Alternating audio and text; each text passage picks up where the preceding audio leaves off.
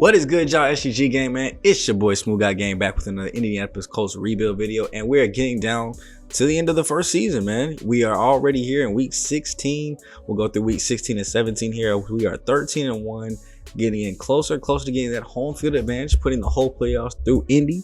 So if you guys are ready for the episode, hit the video with a like and subscribe. It really helps share it out to more people, so more people can join the family man road to 1K. And comment how you guys feel like the series is going, moves that you think need to be made, things that you're excited for as we get to the end of the season.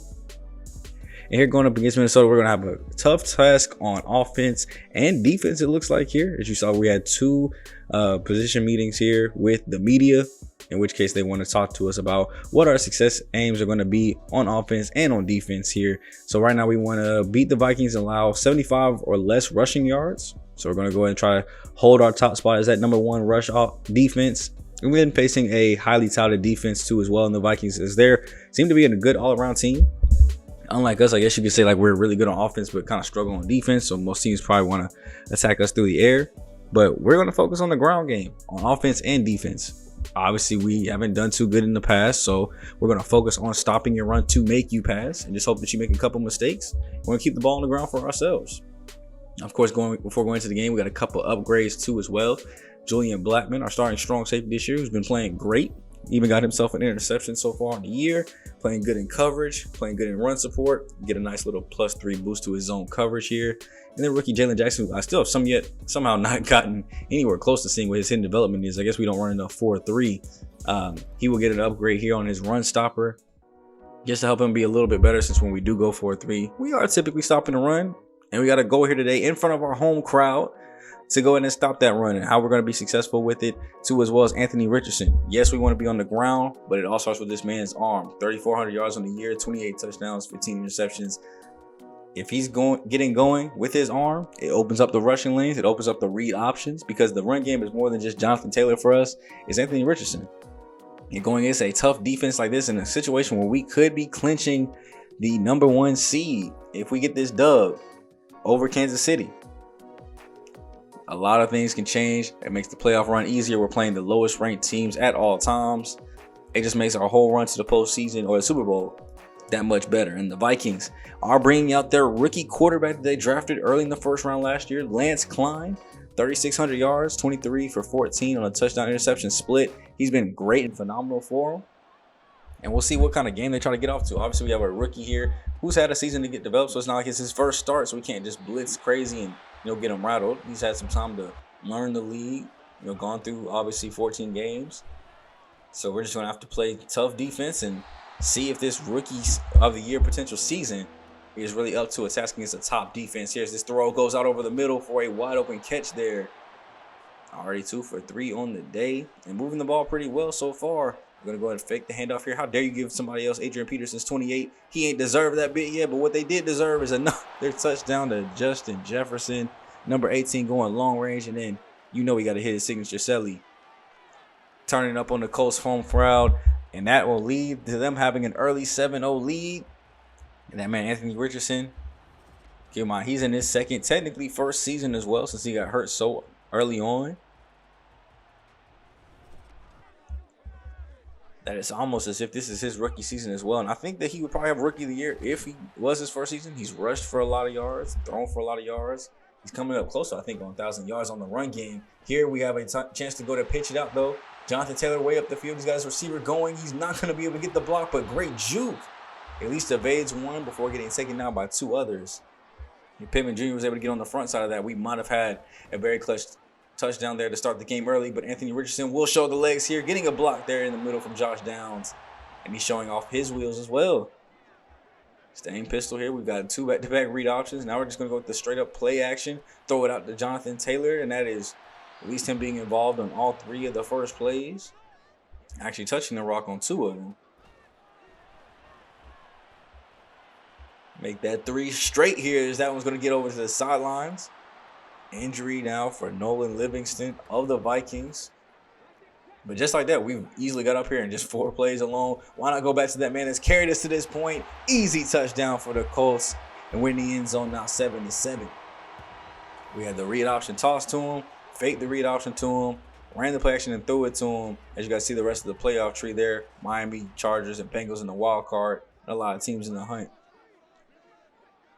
But yeah, going back to drive 2, we're going to give him a little bit of a break here as we go to running back 2, Zach Moss. Getting a full, I guess what you can consider a fullback dive up the middle.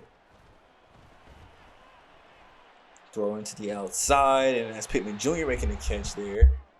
As Richardson, honestly, he does impress with his arm. The only thing that I say, the only downside is he has a ton of yards, he gets his touchdowns, and all of the interceptions have been just kind of, we didn't really need to throw it, or garbage time interceptions, which we guess we shouldn't be throwing. None of them really come in clutch moments as that ball gets knocked away. And hold on, before I continue to praise him in this game, we have a 3rd and 18 here where we need a first. We have an open receiver on the outside. That's Michael Pittman Jr. beating the Vikings cornerback and getting taken down out of bounds. Just beat him straight up off the line, and that was a beautiful ball from Richardson to get it out of the reach of the DB. But yeah, he's got great ball skills, great IQ, great strength to get it into tight windows like that one. The only problem is he's just inaccurate with his passes, so that's why he's, at least on the season here, as we go ahead and rush up the middle to get closer to the goal territory, throwing for around 50%, or some games even under 50% on his completion percentage. But that will be completed to a high level of degree there, as that arm strength is too strong, as he had 2 defenders coming in from both angles about to get a sack, and Michael Pittman Jr. just dives across. Now he's getting his flicks taken as we take the lead and make it 14-7 here, going right back to the triple option on a 2nd and long. That's how you know we trust the run game here. Even on 2nd and long, it is not out of the range of concepts here for us to try to run the ball, but we're going to go to a pass on 3rd and short. Richardson's going to roll out to his right. Clean way to run, but he's going to lob this up to his running back, and that's Jonathan Taylor into the cribbo.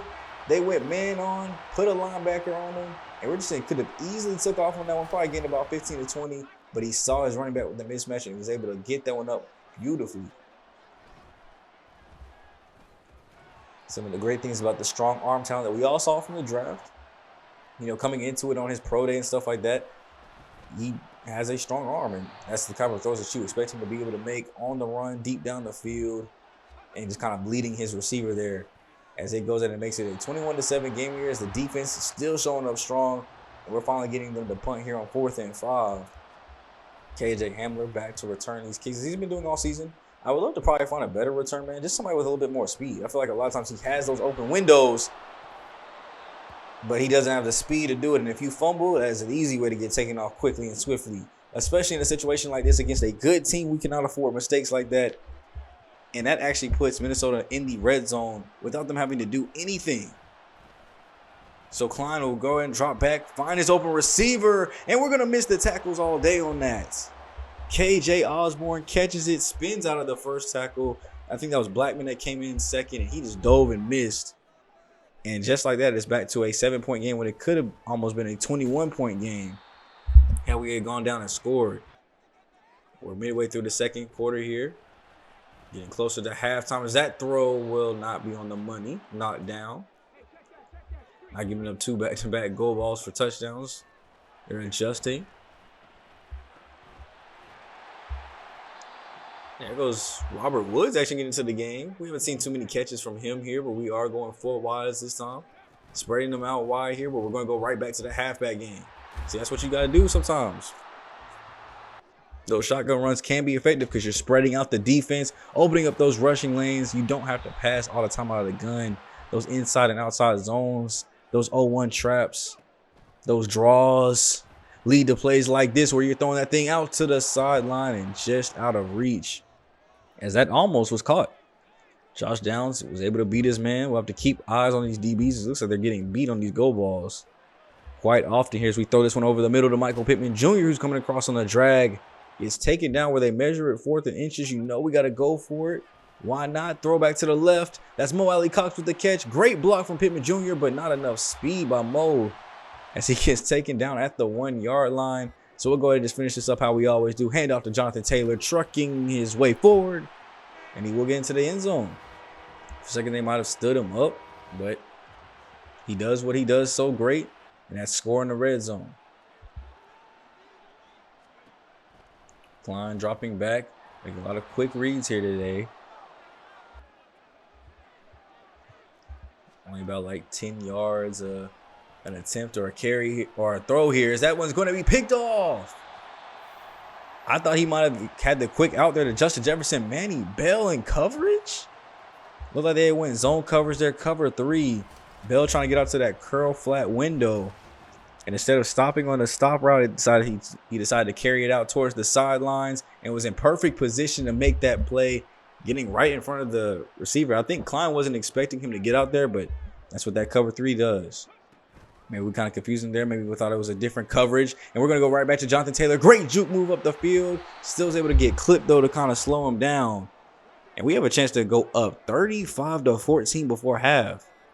This will be the last play, most likely before the 2-minute warning. It's a Jonathan Taylor run up the middle. And just like that, we are within 10 yards away from scoring again. 2-minute warning. First play out of it is going to be a throw over the middle. That is Alec Pierce making one of those 1 to 3 plays a game. And this one happens to... Oh, no, you cut. Did you just torque him? Michael Pittman Jr., I just signed you to a big contract, but you might be cut too. Did y'all boys just twerk on my field? I give y'all an hour a week to practice celebrations and y'all want to twerk? Save that for the damn cheerleaders. I cannot believe I just witnessed my teammates doing that. But, I mean, not teammates, but players doing that. And now, look, now the defense discombobulated. They've let the Vikings drive all the way up the field. 30 seconds left in the first half. Throw out to the corner. And just like that, they're down at the 1-yard line as Lance Klein has been looking phenomenal, at least here on this drive. They're going to go no huddle. They might have saw something they liked. 10 seconds left. Throw over the middle. And see, nothing good comes out of a grown man twerking, man. TJ Hawkinson goes in and scores the touchdown right before the end of the half. And 7 seconds left. Looks like we will be going to this thing 35-21 as we go in and break out to the left side. KJ Hamler's going to go up the sideline, though. Diving attempt is missed. He's going the 20, 15, 10, 5, and he will hop skip his way into the end zone.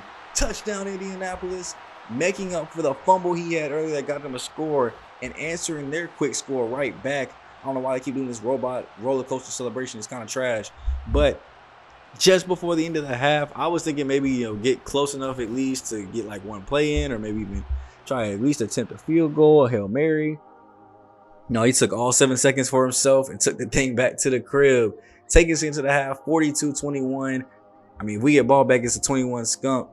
And we've been doing great. 32 snaps on offense compared to their 27. So it's been pretty even on both sides. The defense has just been holding and doing their thing. Considering one of the scores was just off of them getting great field position. And we look at halftime around the rest of the league. The Texans are losing to the Packers. Of course, no playoff implications here. That's more or less for draft position. The Giants are playing the Ravens, where the Ravens are up 17-0 going to the half. They're trying to get a higher seed in the postseason. Make sure they clinch up that AFC North. As Jackson does have 2 passing touchdowns today, so shout out to the GOAT.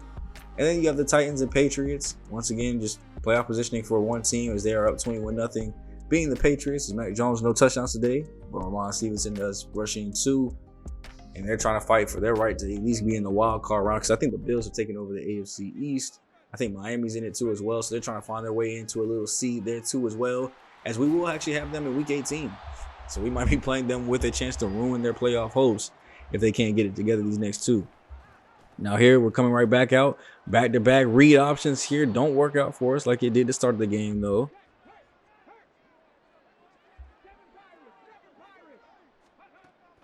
Gun formation for Anthony Richardson. Throw goes over the middle, and he's got Kyle Pitts. One of his first targets that we've seen this game. He's been pretty quiet here today. Catching and holding on to that one over the middle. Will stay in the gun. Trips left. Throw right back to the middle. That's Josh Downs with a great catch. Getting us into the red zone. Almost 300 yards here, and we're not even halfway through the third. It's going to be a big day for Richardson as he throws over the middle once again. That's Michael Pittman Jr. Great play to work his way into the end zone. I mean, obviously it was just getting the ball back, but I would say that works a 21 skunk for us. As Richardson showing that he can sling that pill. Yes, we are up big, but we also got to test that arm out. Because not only are we up big in this game, we have to start practicing and getting ready for the potential playoff matchups. We don't know if the run game is going to always work against every team we face. So we have to know that we can throw the ball too if we need to be. And we got to know that we can win a shootout. And our defense is going to give up a lead like this. So down 52-24, we got to still see the defense play as hard as possible. I know in a lot of cases, in this case in point, you can make an argument for maybe putting in the backups, getting them some XP, but we're getting close to postseason time, and I actually am a coach that I care about my players earning their bonuses, their incentives. Go get your stats. I'm not gonna take you out the game early, pull you early off of a blowout. Now, if it becomes an injury risk, if we've had like 3 back-to-back injuries to like major starters or something like that, then maybe we'll go ahead and get the starters out of there before we reach any more criticism. But here today, looks like we just want our starters to stay in as they actually give up a touchdown here to Justin Jefferson. I think that's his second of the game, getting them a little bit closer here. 55-31 after a couple of field goals by us. We're back on defense, trying to stop Klein again, and he throws a nice pick there to Baker, getting onto the field for the first time. We must have been in and dime. And he goes in and hop skips his way into the end zone. His first interception of the season happens to be a pick 6. Royal Baker, cornerback 4 in the depth chart, doesn't get on the field that often, but when we go dime, he makes sure to shut that thing down. Look at the beautiful read there too, just in a nice coverage, curl flat zone. He tries to throw the curl on the outside. Great read. We're going right back to our defense, still up 62-31 by the way. Now we've doubled their score, just did more than 21 scumping here, as Klein is going to still sling that pill though all over the field. He's up to 42 attempts today, closing in on 400 yards, 4 touchdowns, but does have 3 interceptions on the back end. As we're seeing a blitz off the left side, they'll get that thing out to KJ Osborne once again, making his defender dive and miss. Gets a second one to do the same, and he's into the end zone for his second score of the game. Now, of course, that all means nothing. Those are just a couple of garbage time touchdowns and highlights we wanted to show off there. We knew the ball game was basically over after half. I mean, being up 42-21 is pretty bad. They did not come to play today. We ended up finishing the game off 65-38, one of our highest scoring games of the season. We're trying to challenge for that Dolphins 70-point game that they put up last season, but didn't quite reach those realms. Anthony Richardson throwing about 58% completion percentage today, which is pretty good. 1 touchdown behind Lance, who ended up finishing with 5 of them things. As a team as a whole, though, you can see the points were scored abundantly. 28 points in that second quarter is crazy. I mean, that quarter alone almost beat them. If we just had the first half, we still would have came out of this game with a victory. But shout out to the whole team, man. 6 for 11 on third down, 6 for 10 in the red zone with 5 touchdowns. Got to fix that percentage up, but I love that we are getting so many touchdowns in the red zone and controlling that time of possession, 27 compared to 20. Lance Klein, overall stats, 51 pass attempts for 455 yards. Ended up finishing with that 5 and 3. Richardson, 4 touchdowns, no interceptions. So great game by him, throwing for, 58% completion percentage. So you combine those two things together, and then you combine it with his legs. Today, only 6 yards rushing, so didn't really get on the move that often. I think most of that has to do with sack yardages, but Jonathan Taylor, 136 yards, 2 touchdowns. Held their run game to 24 yards. Didn't even have anybody else run behind him. But they did have 2 receivers get well over 100 yards in KJ and Justin Jefferson. 2 touchdowns each as well. Hawkinson, 63 in a touchdown. And then you look at our side, Jonathan Taylor was the only one over 100 with a touch. Pittman Jr. managed to get himself 2 off of only 5 catches, 5 targets, 90 yards. And a quiet day for Kyle Pitts. Finally, here as we come down to the end of the season, looks like we're using him a little bit less and less as we're trying to get somebody to at least reach 1,000 yards. As all 3 are close, but all 3 will probably need about another extra game to do it. Defensively, really proud of the guys. Of course, I would have liked to allow a little bit less yards, but when you're in a blowout, guys kind of start to lose focus. And of course, it's like garbage time touchdown, so nobody's really scared. But the 3 interceptions from Baker, Bell, and Kenny Moore, actually adding another one to his season total as well. Wasn't able to take his back for 6, but did get a 34-yard return. And then, of course, we got to come over here and celebrate KJ Hamler getting his first ever of the series and of the season. Kick return back to the crib, 93 yards. So shout out to my boy for finally getting that done and making up for that fumble he had, because that really did piss me off. Now, coming out of the game, of course, you can score that many points. You have 2 scenarios where people are getting XP. You're going to have plenty of upgrades. So Manny Bell will work on his pass coverage here, getting that up +3 on his zone, getting up to a 79 or 69 now. So he's covering better when we go into that nickel.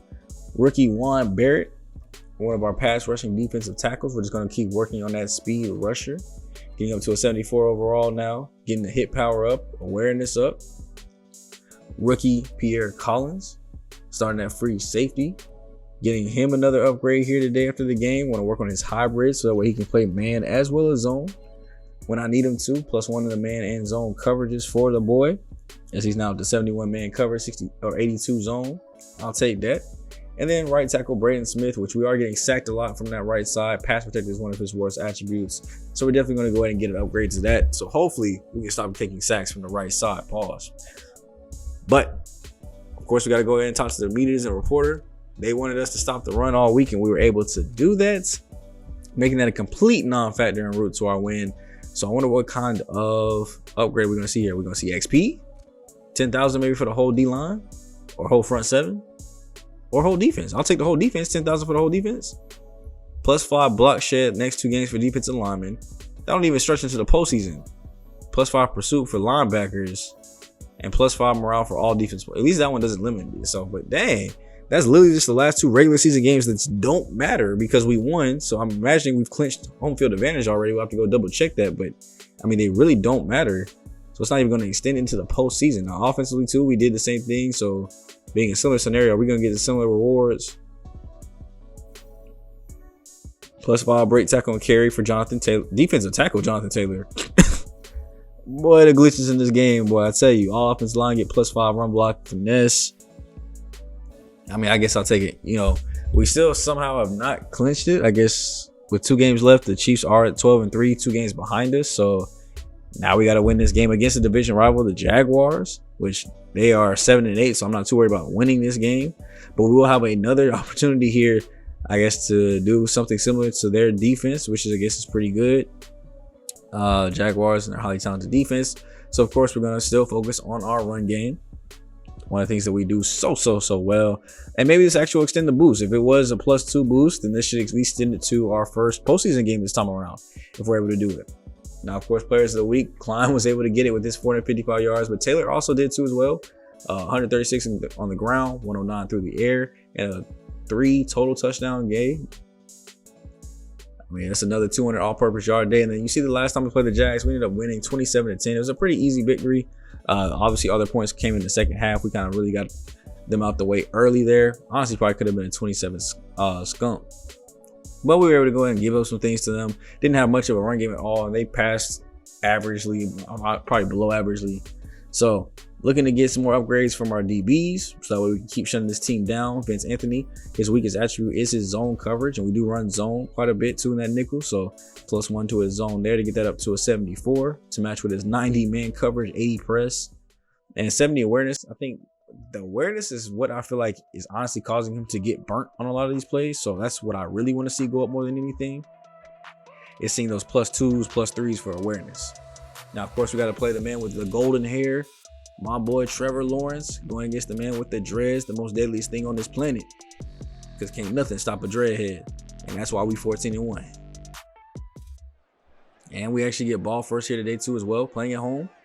As Jacksonville will start on our defense. We're going to get the run game trying to get popping. That's a great block shed there, getting not only past the offensive line, but our tight end as well. So let's go to the read option now. Let's see if they get a way to go ahead and stop this, which they don't, as Jonathan Taylor breaks his way forward for the first down, doing what he should have did on the first play of the game. So we're going to drop back the shotgun now. Now we got the read options established, and no, Anthony, we had a wide open Kyle Pitts on the corner. First time throwing a corner route in this series, it seems like, and he was wide open. Wasn't able to find it and get it to him, but we at least were able to go ahead and get that for us getting close to the first to get it to Josh Downs. First and 10 in plus territory, going back to the run game. We had abandoned it for a little bit, but it is wide butt, booty naked open as we get up to the 26-yard line here. And shoot, why not? If it ain't broke, let's go ahead and fix it in real quick. As we go a little read option pass here down the field, and we have Josh Downs. That's why you don't get too aggressive, kids. The safety. I thought we were going to get it underneath him anyway, but he actually pulled up trying to get the interception in front of him. And I don't know what else to tell you. That boy Downs just stayed patient, stayed on his route, trusted his quarterback, and went through the hands of the DB. And we're looking at 7-0 already. Now Trevor going empty set here. Clean pocket, throwing out to the corner, and he drops the ball.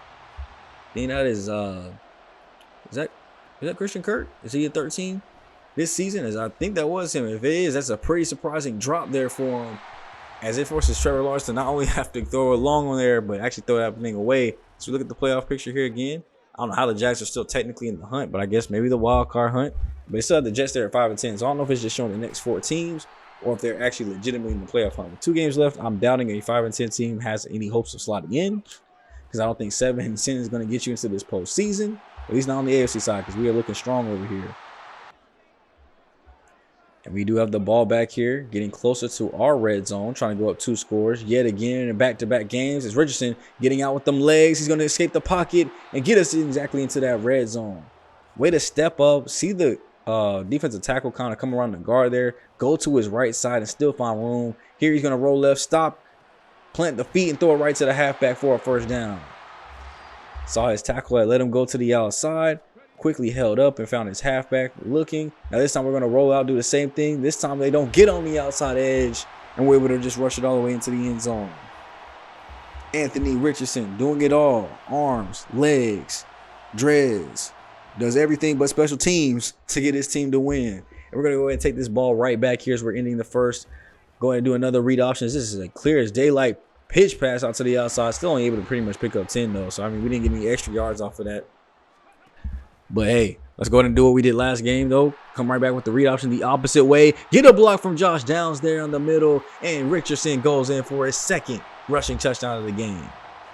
We're trying to get that rushing goal of 125 with the QB instead of Jonathan Taylor. Why not? I wonder if the award then would go to him. Because I think they kind of assumed Jonathan Taylor in the run game. But he did he did rush for 130.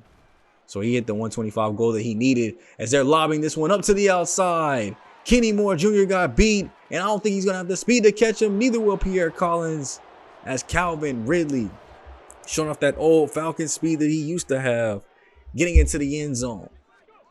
I don't know how he was able to do it and get by him, but now they finally get on the board, so we got to go ahead and quickly answer this back. We want this 21 scump against the division rival if we can.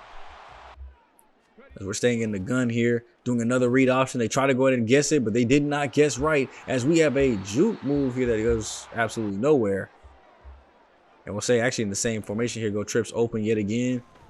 Looking all day to throw in the pocket. We're going to test it one-on-one down the field, and Kyle Pitts does not come down with it.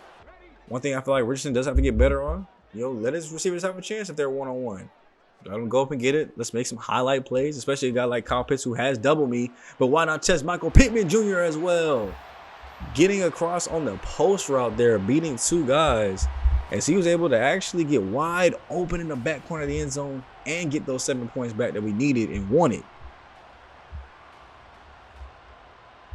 So big plays there as we go ahead and take that basically into the half here, as we are looking strong, as I knew we would. I mean, a win here or a Chiefs loss ends up giving us home field advantage. We're already up 31-7, 39 offensive snaps compared to their 21. We're really controlling the ball off on the air and through the ground, both almost over 150. And we'll see if we get a look here at the Chiefs game here at halftime. I know they're playing at the same time as we are. Obviously, this game here is irrelevant, but shout out to the Lions leading over Houston 10-0 at half. Houston looked like they would be a strong team at the start, but now looking like they'll be like 4-13 when the season is all said and done. Game number 2 here is the Bengals and Browns, so still not seeing the Chiefs.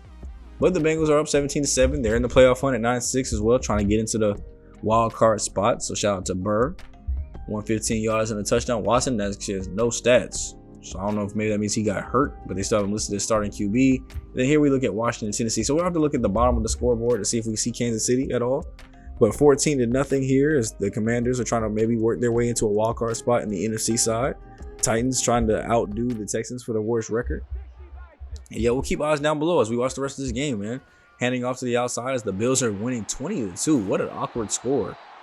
Actually, that reminds me of the Yankees score from the other day in the first spring training game where they scored, what was it, like 22-10 or something. It was something crazy. It was really a football score, something crazy like that. As we get 2 blocks there from Kyle Pitts. He went from not wanting to block it all earlier for Anthony Richardson to copping himself 2 good blocks there to get us into the zone.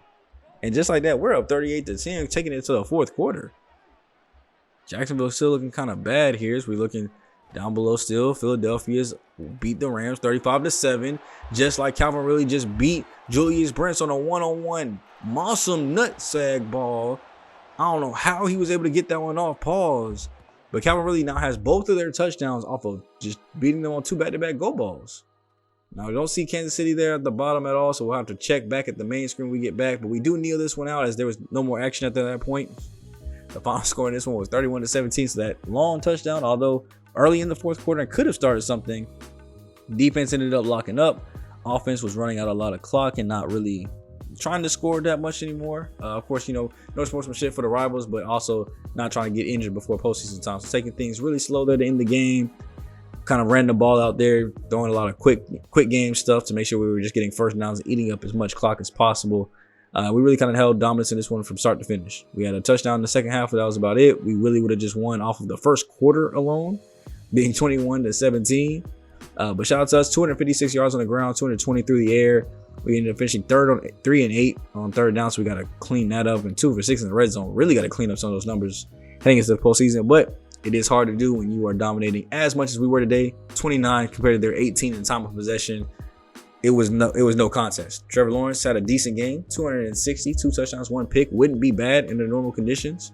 But when you're throwing 234, 2 touchdowns of your own, and rushing for 108 yards and 3 more rushing touchdowns, game MVP got to go to Richardson. Despite Taylor, 143, doing what he do best. Noah Richardson over 300, almost 400 yards total offense, 5 touchdowns total. Calvin Ridley, 168 yards and 2 touchdowns. So shout out to him. Downs, 97 and a touch. Answering right along with Michael Pittman Jr. Then Kyle Pitts, that was his one and only catch in the game, that 1 for 6. But we really kind of slowed down on using him. Used a little bit more Michael Pittman Jr. Really slung the ball all over the field kind of here, trying to actually hit our receivers and not just hit Deacon Ducks to our tight end and halfback. And then defensively, still getting the TFLs from Buckner with 4, Kwity Paye with 3 and a sack. Rookie Juan Barrett got a sack, and Vince Anthony actually ended up getting an interception this game too. Fresh off his upgrade.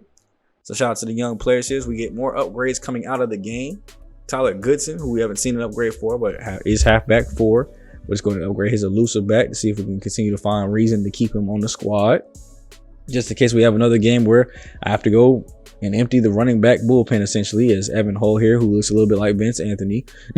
We'll go ahead and get another upgrade as well for his elusive back, just getting him better at his craft.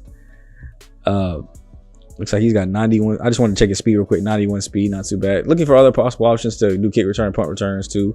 Seeing who's got the speed. 91 is not really what I'm looking for. I'm looking for like 94 and above if we can. As Darrell Parker ended up getting an attribute boost here, getting a +3 to his awareness, 1 to the zone and man. Anthony Richardson, after such a strong game, of course, I would feel like he would get an upgrade. Still working on his improviser to work on his throws on the run, because we have him move out of the pocket a lot, so might as well be able to throw that thing up. Getting a +1 to throw accuracy deep, +3 to throw on the run. I'll take that, as that now puts his throw on the run at 77. Accuracy is all mid 80s, but are seeing attribute boosts right now, so they're all technically low 80s. With throw power at 97. Got to continue to work on those accuracies. And then Jonathan Taylor here, who I'm still to this day is surprised as a power back. We'll work on his receiving back, because we've actually been using him out of the backfield a lot, especially on those little red zone scissor routes or halfback angle routes, making sure that he can catch the ball and be efficient. And then left guard Quentin Nelson here. I mean, my dude is all the way well rounded, almost a 90 in every single spot. So might as well just upgrade the best thing for him, which also happens to be a scheme fit, his power archetype. +2 run pass block power, +1 to his strength, up to a 96 in that. 91 pass block, 88 run block. My man is a beast. That's why I have no problem looking at that left side. And of course, we have a couple more contract offers that we want to get to here before the end of the video. Will Fries, trying to go ahead and get him re-signed back as the right guard potentially. I mean, we are looking interior offensive lineman here, so if we need to switch up, we can. Any future deals need to be met with his contract offer. He's playing hard to get. Ryan Kelly here, who has plenty of interest with us. We'll go ahead and sign the contract deal here, so we at least keep our center around. So that's good news. We might only have to replace 1 offensive lineman spot this year, which I'm not looking to spend a high draft pick on it, so that might be good news. Then, of course, we got to go ahead and get our press conference rewards here. So I'm assuming we'll just get another 2-game boost to certain attributes, right? Will Anthony Richardson and Jonathan Taylor get it, or just Jonathan Taylor? So still just defensive tackle Jonathan Taylor, +5 on his break, tackle, and carrying. All off his line, +5 on run block finesse and run block power. And then a couple more upgrades here after getting those boosts. Kyle Pitts, we'll get an upgrade here. We'll go with his possession, try to get him a better scheme fit. I should probably look at his blocking, but not too worried about it. I mean, you saw he was able to block 2 and get us into the end zone. I'm not too worried about his blocking. And another one here, probably just for winning player of the week or something for Anthony Richardson. Still got the same attributes. Seeing a little bit more morality boost here, getting some of those up. We'll definitely go with the strong arm, try to get that deep accuracy up if we can. +1 deep and mid. I'll take it. And that actually does clinch up the first overall seed for us. So Kansas City ended up losing. We won, of course. I mean, us winning just did it in general, but Kansas City ended up losing, so they're at 12-4 right now. You have the Dolphins and Bills, both at 12-4, fighting for their division still. Ravens at 11-5, Chargers at 11-5, Bengals on the outside looking in at 10-6. Same with the Patriots, who are 9-7, who we do play at the end of the season. So beating them could actually take them out of the picture and keep the Bengals into it. So the Patriots' playoff future is in our hands, whether we want to start our starters or not. NFC side, you have the 49ers, so their road will go through San Francisco. You have Dallas and the Minnesota taking their divisions, the Commanders and Falcons, right, or Commanders and Eagles as wildcard teams, and the Falcons look like they're leading their division with the Panthers right behind them. So they're still fighting for a couple playoff spots on the NFC side. So it'll be really interesting to see how everything shakes out. So next time out, we will not only go through week 18, we'll go through end of the season stats, and we'll get a look at the playoff tree, look at the wild card round, because obviously we are not playing in it, and see who our first playoff opponent will be.